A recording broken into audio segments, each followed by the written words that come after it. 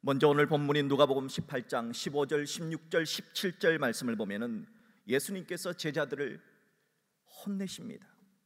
화를 내시고 분노하십니다.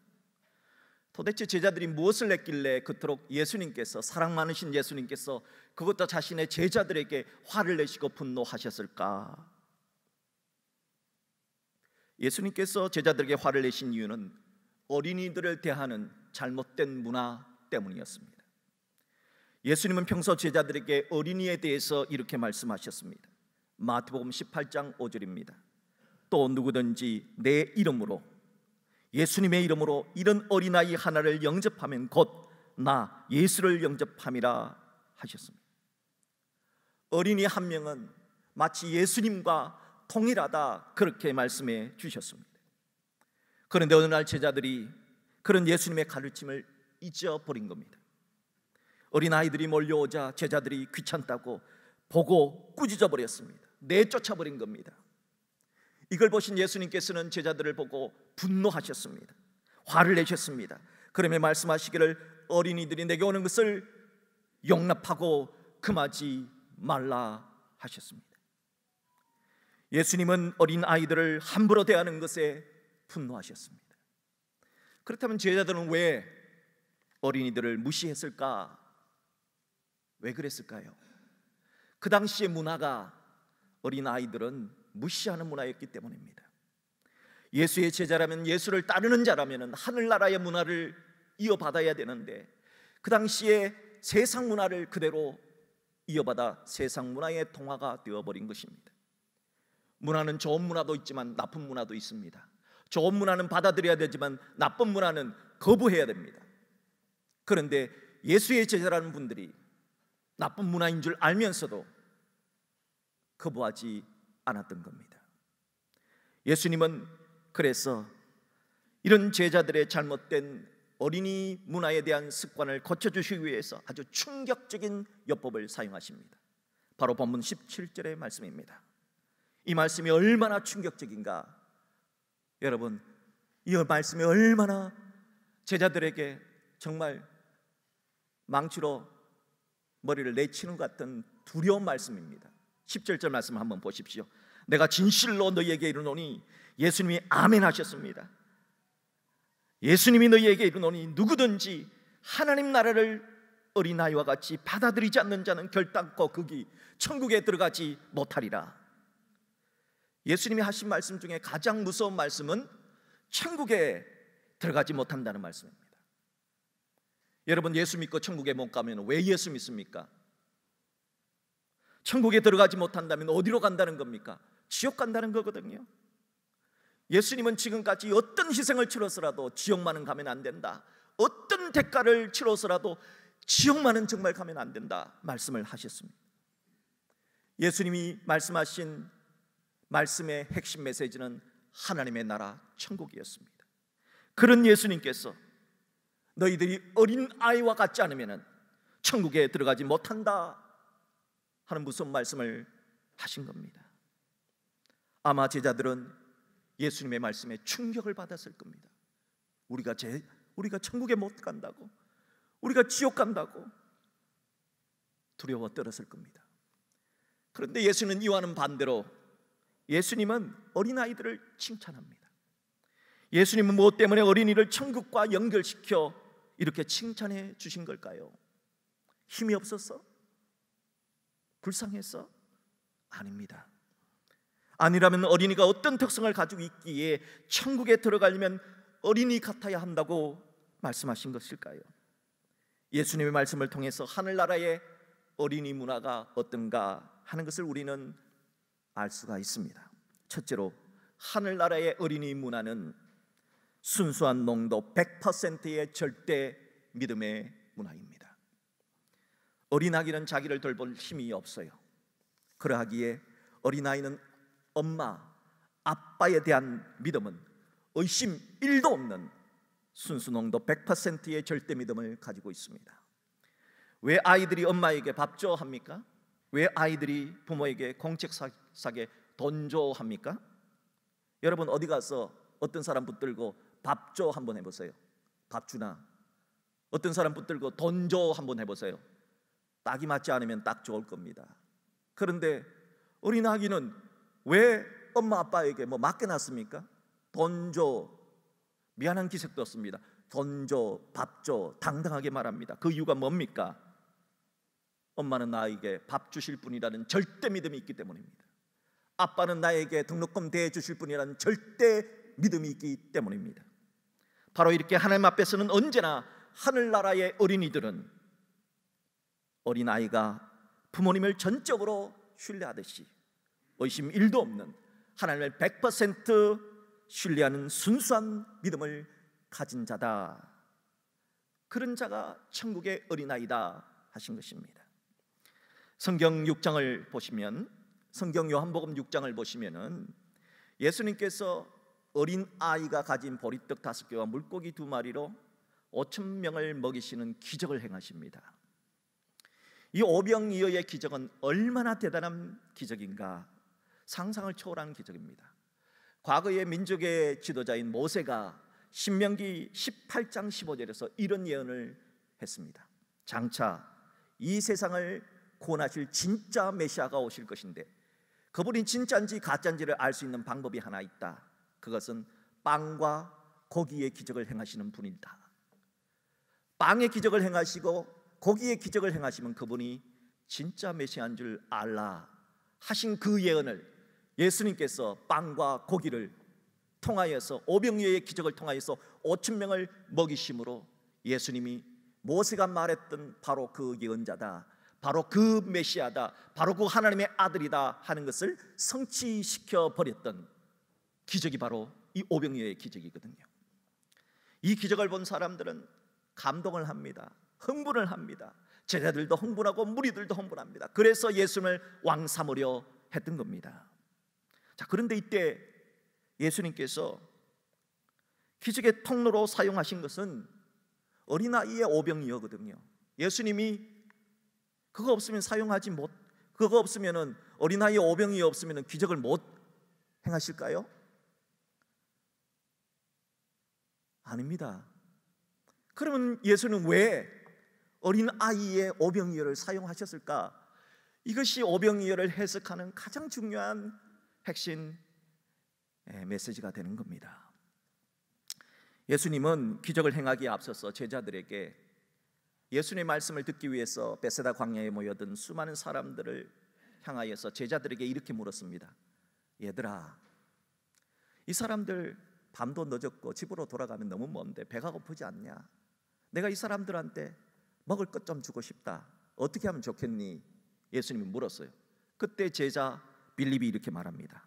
예수님, 이렇게 많은 사람 먹이려면요 200데나리온, 즉 오늘날로 2천만 원도 부족합니다. 이것은 예수님이 원하시는 대답이 아닙니다. 돈 얼마 든다, 이걸 예수님이 원하시는 대답이 아니었어요. 그러자 이제 제자 안드레가 나옵니다. 예수님, 여기 한 어린아이가 있는데 보리떡 5개와 물고기 2마리를 가지고 있습니다. 그러나 그것이 이 많은 사람에게 얼마나 되겠사옵나이까? 안드레는 예수님, 이 꼬마가 오병이어, 그 당시 오병이어는 한 사람의 도시락이거든요. 한 사람 도시락 갖고 있는데 요거 가지고 어떻게 저 사람들 많이 먹이겠습니까? 택도 없지요? 이렇게 말을 했습니다. 이건 역시 예수님이 원하시는 대답이 아닙니다. 바로 예수님이 원하시는 대답을 보여주신 것이 바로 이 오병이어의 사건입니다. 예수님이 원하시는 대답이 뭘까요? 어린애가 보리떡 5개 물고기 2마리 자신의 도시락을 예수님께 드립니다. 왜 드렸을까요? 이 어린아이의 마음속에는 예수님이라면 이 작은 보잘것없는 도시락 하나라도 내가 알지 못하는 크고 비밀한 일을 이루실 거야 라고 하는 예수님에 대한 절대 믿음, 의심하지 않은 순수 100%의 믿음이 있었기 때문입니다. 제자들은 이걸 몰랐습니다. 그래서 이 제자들에게 그것을 드러나게 하기 위해서 예수님을 향한 순수한 100%의 믿음이 얼마나 놀라운 기적을 행하는가 하는 것을 보여주시기 위해서 예수님은 그 어린 아이의 물고기 떡을 사용했던 것입니다. 사랑하는 여러분, 이것이 하늘나라의 어린이 문화입니다. 하늘나라의 어린이 문화는 하나님의 말씀에 대해서 100% 신뢰합니다. 바라기는 이 어린 소녀처럼 하나님의 말씀에, 예수님의 말씀에 100% 순종할 수 있는 그런 순수한 믿음의 하늘나라 어린이가 다 될 수 있기를 주님의 이름으로 축복합니다. 둘째로 하늘나라 어린이의 문화는 내 생각보다는 하늘 아버지의 말씀을 따르는 문화입니다. 어린 아기들은 말을 잘 안 들을 때도 있어요. 그냥 막 울 때도 있죠. 그러나 결정적인 순간에는 엄마 아빠 말을 듣습니다. 그래야 먹고 사니까요. 아이들도 알기 때문입니다. 자, 구약 성경 열왕기하 5장을 보면은 이 아람 나라 장군 나만 장군이 문둥병에 걸렸는데 낫게 되었다 하는 기적 사건이 기록되어져 있습니다. 나만 장군은 당시의 아람, 오늘날의 시리아라고 하는 나라의 구국의 영웅입니다. 우리나라로 말하면 이순신 장군 같은 분이 아람 나라의 나만 장군입니다. 그러나 나라를 구한 영웅이라도, 존귀한 대접을 받는 아람의 제2인자일지라도 나병에 걸렸으니까 모두 끝인 줄 생각을 했습니다. 그러나 인간의 끝은 하나님의 시작이다 하는 말처럼 나만 장군 집에 한 소녀가 있었는데, 이 소녀는 이스라엘에서 포로로 잡혀온 어린 소녀였습니다. 이 소녀를 통해서 하나님은 나만 장군의 질병, 불치병인 이 놀라운 이 나병 환자의 질병을 고쳐버립니다. 한번 생각을 해보십시오. 이 어린 소녀는 어찌 보면은 이 나만 장군에게 이스라엘 가면은 엘리사 선지자 만나면은 낫습니다라고 하는 말을 해주지 않아도 돼요. 그렇잖아요. 자신을 잡아서 포로로 잡아온 사람이잖아요. 이스라엘 내 나라 민족을 공격한 사람이잖아요. 내 아버지 내 엄마를 죽인 사람이잖아요. 그런데 이 소녀는 이 나만 장군을 불쌍하게 여겼습니다. 세상 말로 보면은 오지랖이죠. 누가 누구를 불쌍하게 여겨야 됩니까? 누가 불쌍한 여자입니까? 이 소녀가 불쌍한 소녀인데 자신은 불쌍하다 생각 안 합니다. 왜요? 자신은 천국 갈 수 있으니까. 그런데 지금 저 나만 장군은 나라를 구한 구국공신, 구국공신은 뭐합니까? 죽어서 지옥 가면은 꽝인데 그걸 보고 불쌍하게 여긴 거예요. 이게 하늘나라 문화입니다. 하늘나라 어린이의 문화는 자기가 비록 가난하지만 병들었지만 자신은 불쌍하다 생각하지 않습니다. 진짜 불쌍한 것은 지금 부자라도, 지금 건강한 사람이라도 지옥 가면 그 사람이 불쌍한 사람 아닙니까?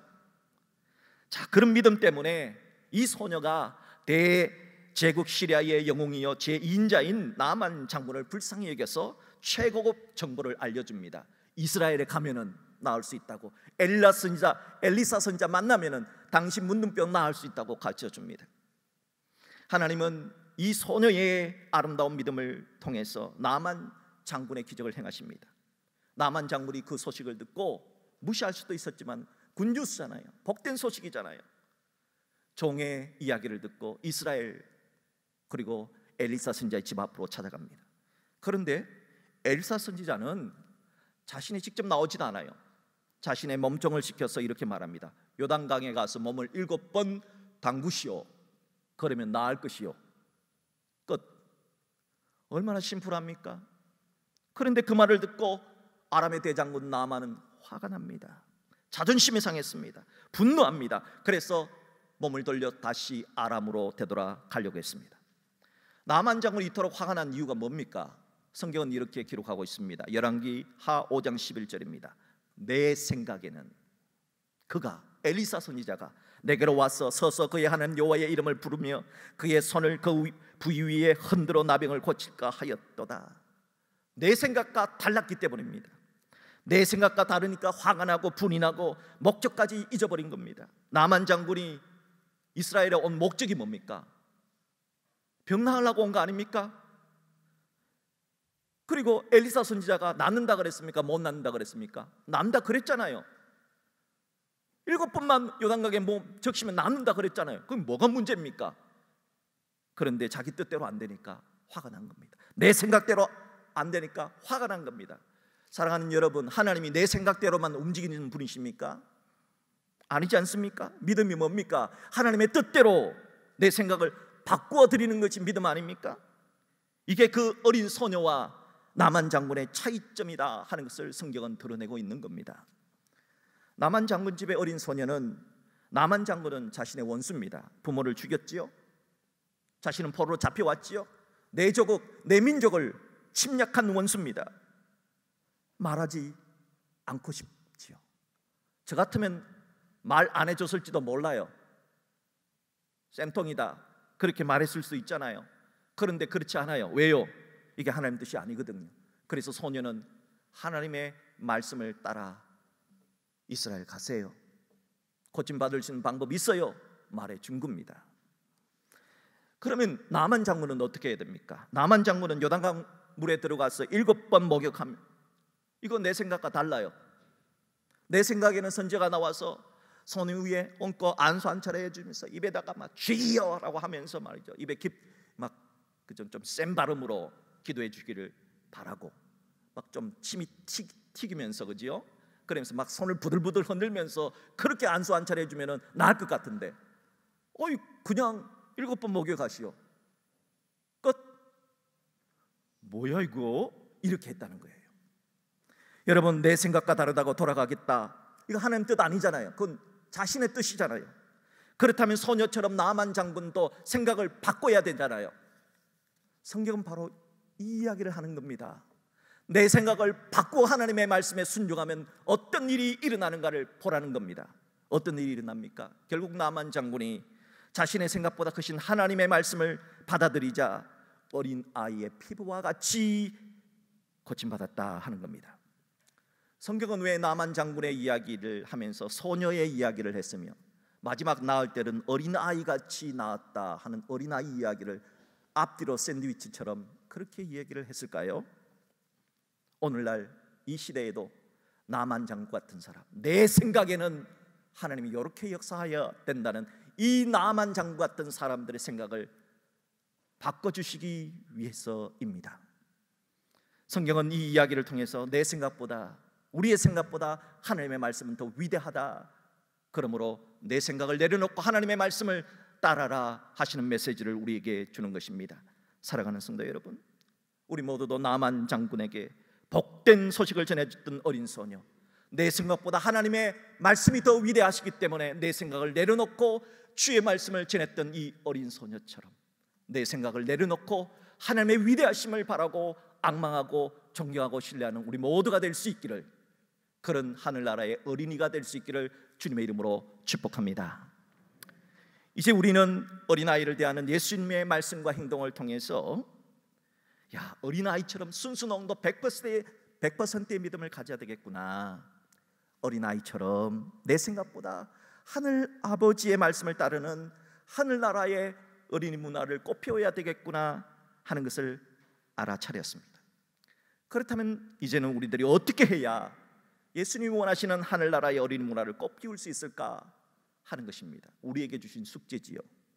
자, 오늘 본문 15절 말씀은 우리가 어떻게 하면 하늘나라의 어린이 문화를 꽃피울 수 있는지 힌트를 주십니다. 본문 15절을 보십시오. 본문 15절은 어린이가 예수님께로 온 이유를 말해놓고 있습니다. 왜 왔습니까? 어린이가 예수님께로. 15절, 사람들이 예수께서 만져주심을 바라고 터치해 주시기를 바라고 안아주시기를 바라고 자기 어린 아기를 데리고 왔다는 겁니다. 어린이들은 예수님께 온 목적이 예수님 나를 만져주세요, 예수님 터치해 주세요, 예수님 좀 안아주세요 바랬다는 겁니다. 그러므로 예수님이 하신 행동을 통해서 하늘나라의 어린이 문화가 꽃필 때까지 우리가 해야 되는 일은 뭐냐? 예수님의 사랑으로 만져주는 것, 예수님의 사랑으로 존중해 주는 것, 터치해 주는 것입니다. 여러분, 혹시 병명 가운데 피부 접촉 결핍증이라고 하는 병에 대해서 들어보신 적이 있습니까? 피부 접촉 결핍증. 사람들이 배가 고프지 않는데도 음식을 많이 먹어요. 왜죠? 사람들이 아프지 않는데도 약을 막 먹어요. 왜죠? 사람들이 일이 없는데도 일에 파묻혀요. 왜죠? 사람들이 할 말이 없는데도 모여서 의미 없는 수다를 자꾸 떨어요. 그 이유가 있다는 겁니다. 그게 뭐냐? 피부 접촉 결핍증 때문이라는 겁니다. 사랑 부족이라는 겁니다. 1940년대에 감옥에서 태어난 아기들을 불쌍하게 여겨서 돌보는 국립병원에 르네 스피츠라고 하는 의사가 있었습니다. 이 스피츠 박사는 감옥에서 태어난 아기들이니까 얼마나 불쌍합니까? 얘네들이 뭔 죄가 있습니까? 부모가 죄가 있어서 감옥에 갔죠. 거기서 태어난 아기들을 이제 돌보기 시작했는데, 그래서 정말 최고의 음식을 먹이고 최고의 좋은 환경을 줬습니다. 그런데도 어린 아기들이 유아 사망률이 점점 높아져만 가더라는 겁니다. 아기가 계속 죽는다는 거예요. 왜 그럴까? 왜 그럴까? 고민을 했다는 겁니다. 그렇게 고민을 하던 중에 이 스피츠 박사가 멕시코 한 고아원을 방문하면서 왜 그런지 이유를 깨달게 되었습니다. 멕시코 고아원을 갔더니 비위생적이에요. 너무 더러워요. 그리고 먹는 것도 너무 형편이 없어요. 그런데 자기가 키우는 고아들보다 훨씬 건강하더라는 거예요. 유아 사망률도 거의 없더라는 거예요. 야, 이상하다. 분명히 내가 더 좋은 환경, 더 좋은 먹거리를 줬는데 왜 내가 키우는 아이들은, 내가 키우는 고아들은 죽고 이 더러운 멕시코에 있는 고아원에 있는 아이들은 잘 자랄까? 그것을 이제 연구를 하기 시작했습니다. 바로 버린 그 사실을 알았습니다. 그 마을에 있는 동네 아주머니들이 그 고아원에 가서 봉사를 한다고 해서 늘 방문을 했는데, 그때 방문하면서 뭘 하느냐? 그 아기들을 안아주더라는 겁니다. 아기를 안아주고 이야기해주고 노래를 불러주더라는 겁니다. 그걸 본 이 스피츠 박사는 저거구나 했다는 겁니다. 그래서 스피츠 박사는 병원으로 돌아오자마자 병원의 모든 직원들에게 이렇게 부탁을 했습니다. 아이들을 안아주십시오. 아이들을 쓰다듬어 주십시오. 아이들을 이쁘다고 격려해 주십시오. 이렇게 해서 피부 접촉을 더 많이, 스킨십을 많이 하도록 했다 하는 겁니다. 미국의 위스콘신 대학교의 해리 할로우 교수 역시 2차 세계대전 가운데서 전쟁 중에 아이들이 이유 없이 죽는 이유를 밝혀냈는데, 먹을 게 없어서가 죽는 게 아니라는 겁니다. 피부 접촉의 부족, 즉 스킨십의 부족으로 바로 죽어나가더라 하는 사실을 밝혀냈습니다.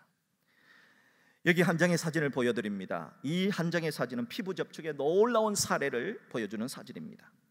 바로 1995년도에 10월 17일 미국 메모리얼 병원에서 12주 일찍 태어난 쌍둥이 사진인데요, 이 쌍둥이는 너무 일찍, 12주나 일찍 태어난, 석 달이나 일찍 태어난 조산아로서 태어나자마자 두 개의 서로 다른 인큐베이터 속으로 들어갔습니다. 근데 이 쌍둥이 동생이 심장에 질환이 생긴 겁니다. 담당 의사는 부모에게 쌍둥이 동생을 포기하라고 얘기했습니다. 곧 죽게 될 것이라고 말했습니다. 정말 그 아이는 병세가 점점 악화되어서 죽기 직전에 이르렀습니다. 절망적인 상황이었습니다.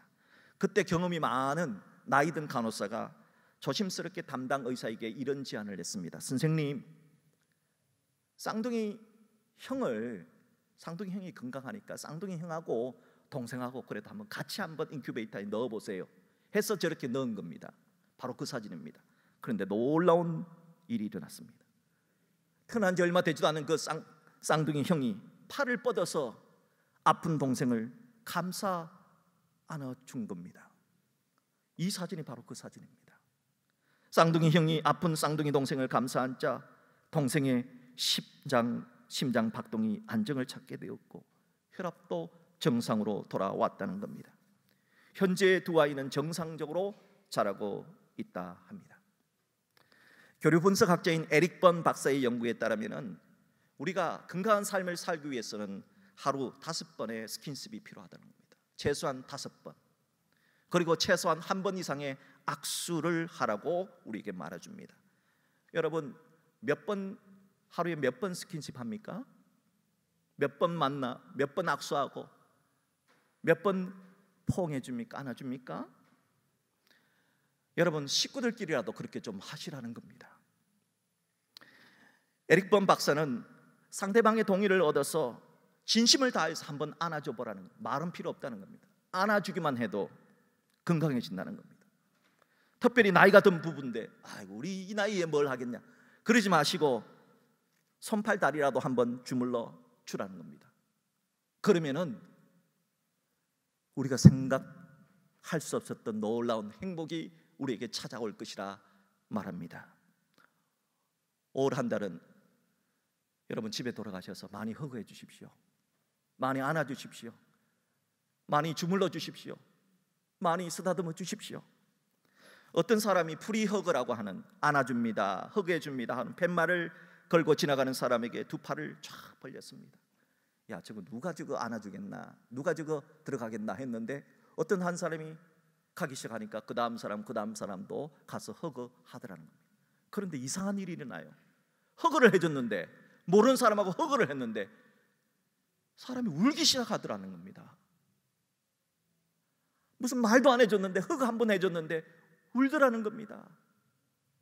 그 다음 사람도 울더라는 거예요. 또 그 다음 사람도 울더라는 겁니다. 도대체 이게 무슨 말입니까? 지금 현대인들은 접촉이 필요하다는 겁니다. 사랑이 필요하다는 겁니다. 격려가 필요하다는 겁니다. 사람은 아기로 태어나 엄마가 보이지 않으면 울어요. 왜 우느냐? 엄마를 찾기 위해서 우는 겁니다. 엄마는 아기가 우는 그 울음소리를 듣고 와서 안아줍니다. 안아주면 어떻게 해요? 울던 그 울음이 그칩니다. 인간의 영혼에도 똑같습니다. 인간의 영혼은 하늘 아버지가 보이지 않으면 웁니다. 영혼이 우는 겁니다. 그 영혼의 울음소리는 외로움과 허물을 만들어냅니다. 하나님이 인간을 창조하실 때 하나님으로만 채워질 수 있는 절대 빈 공간을 창조하셨기 때문이지요. 그러므로 하나님 앞에 있는 영혼의 어린 아기 같은 우리 모두는 하나님이 안아주셔야 됩니다. 이 시간 하나님께서 여러분을 안아주시기를 주의 이름으로 축복합니다. 예수님께서 여러분의 아픈 심령을 안아주시기를 주의 이름으로 축복합니다. 하나님을 안아주셔야 됩니다. 오늘 본문 15절을 보십시오. 사람들이 예수께서 만져주심을 바라고, 예수님이 터치해 주시기를 바라고, 예수님이 안아주시기를 바라고 찾아왔습니다. 이 아이들만 예수님의 만져주심이 필요한 것이 아닙니다. 우리들도 예수님의 만져주심이 필요합니다. 우리 다음 세대도, 이 다음 세대도, 현재 이 땅에 살고 있는 모든 어린이도 예수님의 만져주심이 필요합니다. 제가 일부 예배 시간에 만져주자 그랬더니 나가면서 목사님 좀 안아주세요 그래서 고민이 됐습니다. 이게 코로나인데 만져주면은 이거 위반인데, 그래서 일부의 말씀을 드리지 않았던 말씀을 다시 드리고자 합니다. 사랑하는 여러분, 저에게 신청하십시오. 목사님 안아주십시오. 그러면 안아드립니다. 그러나 코로나가 끝난 다음에, 야, 우리 목사님 알고 봤더니 말이지 방역도 위반하면서 막 안아주더라. 그래가지고 만약에 그 일로 만약에 문제 생기면 어떡합니까? 안 되겠지요. 사랑하는 여러분, 그렇기 때문에 코로나 기간 중에는 가족끼리 안아주십시오. 오늘 집에 가셔서 가족끼리 좀 정할 말이 없으면 5월은 가정의 달이다, 그래서 좀 안아주소 해가지고 좀 안아주고, 가족끼리는 할 수 있잖아요. 손자 손녀끼리는 할 수 있잖아요. 그리고 남한테는 반드시 상대방의 동의를 구해야 됩니다. 함부로 안아주다가 우리 목사님 안아주라 그랬는데 함부로 안아주다가 이상한 문제로 끌려갑니다. 그래서 상대방의 동의를 얻어서 안아주는, 격려해주는 그런 일을 했으면 좋겠습니다. 바로 그것이 하나님 나라의 어린이 문화를 꽃피우고 열매 맺게 하는 것입니다.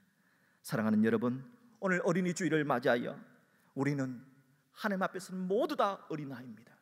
그러므로 하늘나라의 어린이 문화를 꽃피우기 위해서 서로 예수님의 사랑을 가지고 안아주고 격려해주고 위로해주고 그리고 축복해주는 그런 사람들이 다 되기를 주의 이름으로 축복합니다.